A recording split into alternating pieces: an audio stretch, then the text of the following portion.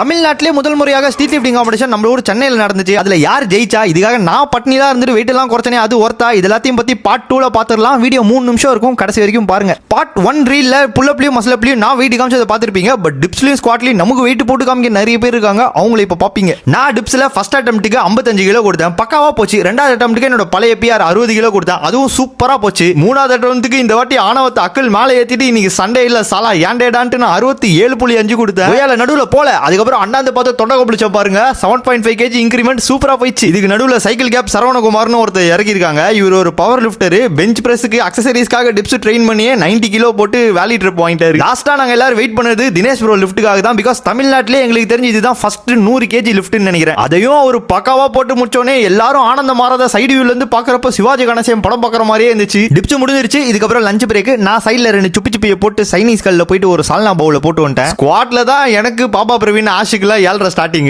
Actually நான் இந்த wait cut பண்ணதே ஆஷை விட கம்மி வெயிட்டுக்கு வரணுன்றதுக்காக தான். பிகாஸ் எல்லா காம்படிஷன்லயும் எனக்கு டஃப் கொடுக்குறனா அது இந்த சாம்பல் ஒர்க் அவுட் தான். நான் 5th பிளேஸ்னா அவன் 4th பிளேஸ் வந்துருவான், நான் 3rd பிளேஸ்னா அவன் 2nd பிளேஸ் வந்துருவான். இந்த மாதிரியே போயிட்டு இருக்கும். பட் போன வாரம் ஒரு ட்ரெயின் பண்றப்ப கால்ல காவு வாங்கிருச்சான். அதனால திடீர்னு நான் 70 kgக்கு மேல ஸ்குவாட் போட மாட்டேன்னு சொல்லிட்டாரு. அட பாவி, இதுக்காக தான் 7 டேஸா கிட்னியோட சூதாட்டம் விளையாண்டுட்டு இருந்தியாடா லோக்கி மேன் அப்படின்ற மாதிரி ஆயிடுச்சு. எனக்கு ஸ்குவாட்ல பெருசா கான்ஃபிடென்ட் இல்ல, அதனால 80 கிலோ கொடுத்தேன், நல்லா போச்சு. ரெண்டாவது அட்டெம்ப்ட்க்கு என்னோட பழைய பிஆர் 100 கிலோ கொடுத்தேன், அதுவும் ரொம்ப நல்லா போச்சு. மூணாவது அட்டெம்ப்ட்க்கு 110 கொடுத்தேன், அதுவும் ரொம்ப நல்லா போச்சு.